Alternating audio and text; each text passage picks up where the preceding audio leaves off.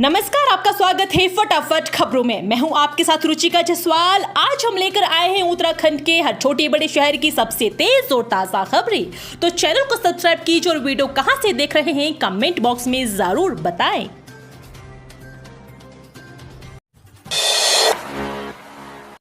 CM Dhami का अलग अंदाज, पत्नी बच्चों संग मसूरी रोड पर की ट्रेकिंग, किया खूबसूरत वादियों का दीदार, तस्वीरें। मुख्यमंत्री पुष्कर सिंह धामी हमेशा अलग अंदाज में नजर आते हैं। रविवार को भी उनके अंदाज की खूब चर्चा हुई। सीएम सुबह पत्नी और बच्चों के साथ मसूरी रोड पर ट्रेकिंग के लिए निकले। इस दौरान उन्हें देखकर लोग हैरान रह गए। सीएम धामी शहंशाही आश्रम से पैदल ओल्ड राजपुर रोड होते हुए झड़ी पानी पहुंचे। यहाँ उन्होंने चाय की चुस्की के साथ खूबसूरत वादियों का भी दीदार किया। साथ में रूट पर दिखने वाली समस्याओं को लेकर भी अधिकारियों से बात की।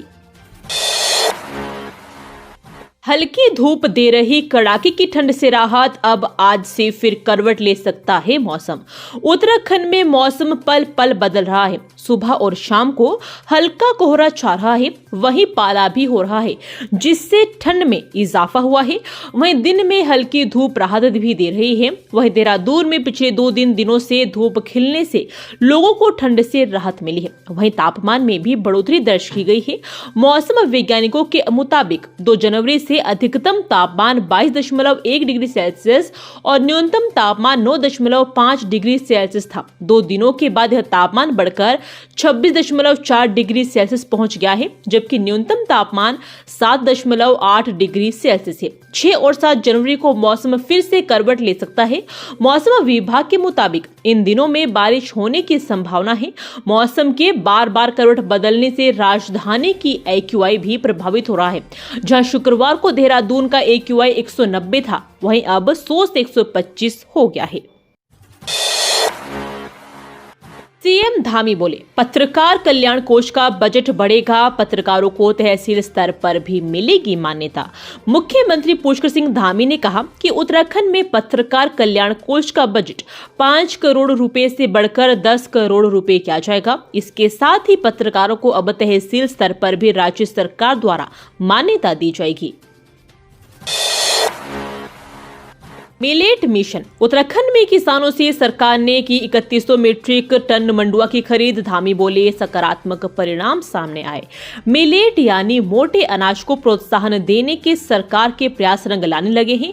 कुछ समय पहले तक उपेक्षित रहने वाला मंडुआ अब हाथों हाथ बिक रहा है। सरकार ने ही इस साल विभिन्न सहकारी समितियों व किसान संघों के जरिए राज्य के किसानों से 3100 मीट्रिक टन मंडुआ की खरीद की है। इस वर्ष किसानों के लिए मंडुआ का समर्थन मूल्य 42.46 रुपए प्रति किलो निर्धारित किया गया है और इसी दर पर यह खरीद भी हुई है। राज्य के पर्वतीय क्षेत्रों में मंडुआ की खेती परंपरागत रूप से होती आ रही है, लेकिन बदलते वक्त की मार से भी यह अछूती नहीं रहती। केंद्र के साथ ही राज्य सरकार ने मिलेट को प्रोत्साहन देने को कदम उठाए तो मोटे अनाज की मुख्य फसल मंडुआ के दिन भी बहुरे हैं। इस साल में होगी देहरादून की कायापलट, 100 वार्डों में होंगे 25 करोड़ के कार्य। करीब 1 वर्ष पूर्व से प्रस्तावित विकास कार्यों के नए वर्ष में धरातल पर उतरने की उम्मीद है। दून के सभी 100 वार्डों में करीब 25 करोड़ की लागत के कार्य लंबित हैं, जिन्हें आचार संहिता हटने के बाद नए बोर्ड के गठन के साथ ही शुरू किया जा सकता है। कई माह से विकास कार्यों को लेकर प्रस्ताव फाइलों में ही रेंगते रहे। इसके अलावा कुछ नई योजनाओं पर भी नगर निगम कार्य शुरू कर सकेगा, जिसके लिए नए बोर्ड के गठन के बाद DPR शासन को भेजी जाएगी। फेसबुक पर देखा मुकेश अंबानी का वीडियो, 1 लाख के निवेश से कमाए 1 करोड़, लेकिन गंवा दी जमा पूंजी। फेसबुक पर मुकेश अंबानी का वीडियो देखकर दून के व्यक्ति के मन में अमीर बनने का लालच आया और साइबर ठगों के झांसे में आकर 35 लाख रुपए गंवा दिए। ठगी का एहसास उन्हें तब हुआ जब वह पूरी जमा पूंजी लुटा चुके थे। इसके बाद उन्होंने साइबर क्राइम पुलिस स्टेशन में शिकायत दी, जिसके आधार पर मुकदमा दर्ज किया गया है। शशिभूषण निवासी बद्रीश कॉलोनी ने बताया कि वह बिजनेसमैन है। फेसबुक पर उन्होंने मुकेश अंबानी का वीडियो देखा, जिसमें वह कह रहे थे कि 22,000 रुपए निवेश करके अच्छा लाभ कमाए। शिकायतकर्ता ने बताया कि उन्हें रुपए की जरूरत थी, इसलिए उन्होंने वीडियो लिख कर दिया। इसके बाद एक वेबसाइट खुली और उसमें फॉर्मेट आया। जून में मिला इन्फ्लुएंजा ए वायरस का पहला मरीज, बच्चों और बुजुर्गों में संक्रमण का अधिक खतरा। दून अस्पताल में इन्फ्लुएंजा ए वायरस से पीड़ित पहला मरीज सामने आए हैं। RT-PCR जांच के बाद मरीज में इन्फ्लुएंजा ए वायरस की प्रमाणिक पुष्टि हुई है। चिकित्सकों के मुताबिक हालत गंभीर होने की वजह से मरीज अस्पताल के ICU में वेंटिलेटरी सपोर्ट में है। उत्तराखंड में UGC लागू करने की तैयारी शुरू, जिलों में प्रशिक्षण कार्य की शुरुआत 20 तक करना होगा पूरा। उत्तराखंड में UGC लागू करने की तैयारी शुरू हो चुकी है, जिसके लिए जिलों में प्रशिक्षण कार्य की शुरुआत भी की जा रही है। साथ ही 20 जनवरी तक सभी ब्लॉकों में प्रशिक्षण कार्य भी पूरा करने का लक्ष्य तय कर लिया है। इस संबंध में वरिष्ठ IAS अधिकारी शैलेश बगोली ने जिलाधिकारियों, अपर जिलाधिकारियों, मुख्य विकास अधिकारियों और उप जिलाधिकारियों के साथ बैठक की। देहरादून में खिलाड़ियों को लग्जरी फील करवाएंगे आकर्षक पैविलियंस, 28 जनवरी से राष्ट्रीय खेलों का होगा आगाज। राष्ट्रीय खेलों में प्रतिभाग करने वाले खिलाड़ियों और अतिथियों को बेहतरीन अनुभव देने के लिए आयोजन स्थलों के नजदीक आकर्षक मंडपों का निर्माण किया जाएगा। खिलाड़ियों के लंच, डिनर, प्रदर्शनी, रेस्ट रूम आदि का इंतजाम अस्थायी रूप से इन मंडपों में किया जाएगा। इसके लिए महाराणा प्रताप स्पोर्ट्स कॉलेज में डेमो स्ट्रक्चर तैयार किए गए हैं। राष्ट्रीय खेलों के लिए देश भर से उत्तराखंड आने वाले 16,000 से अधिक खिलाड़ी और अतिथि उत्तराखंड की संस्कृति, वेशभूषा, खान पान आदि से रूबरू हो सकेंगे। आयोजन स्थलों पर प्रदर्शनी और खान पान के लिए विभिन्न मंडप संरचनाओं का निर्माण किया जाएगा। जर्मन शैली के हैंगर ऑफ राउंड स्ट्रक्चर, विख्यात पगोडा स्ट्रक्चर और hexagon gazebo structure, porta cabin, double storey aluminium structure और कंटेनर स्ट्रक्चर का डेमो डिस्प्ले स्पोर्ट्स कॉलेज में बनाया गया है। गांव को गोद ले योजना में रुचि रहे प्रवासी उत्तराखंडी, विदेशों में रह रहे कई प्रवासियों ने चिन्हित किए गांव।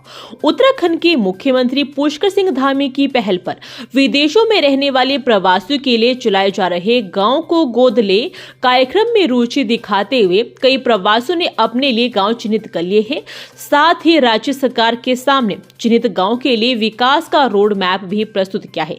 गांव को गोद ले कार्यक्रम का विचार गत 5 मार्च को मुख्यमंत्री पुष्कर सिंह धामी द्वारा विभिन्न देशों में रहने वाले प्रवासी उत्तराखंडियों के साथ हुए संवाद में निकल कर आया, जिसमें उन्होंने प्रवासियों से राज्य में एक या एक से अधिक गांव को गोद लेने की अपील की।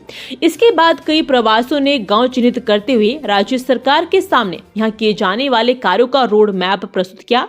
चीन निवासी देव रतुड़ी ने टिहरी जिले में सुनार गांव और कमेरा सोड़ गांव में सोलर लाइट लगाने, युवाओं को चीन की होटल इंडस्ट्री में रोजगार प्राप्त और शिक्षा के क्षेत्र में सहयोग करने की इच्छा जाहिर करते हुए प्रोजेक्ट पर काम शुरू कर दिया है।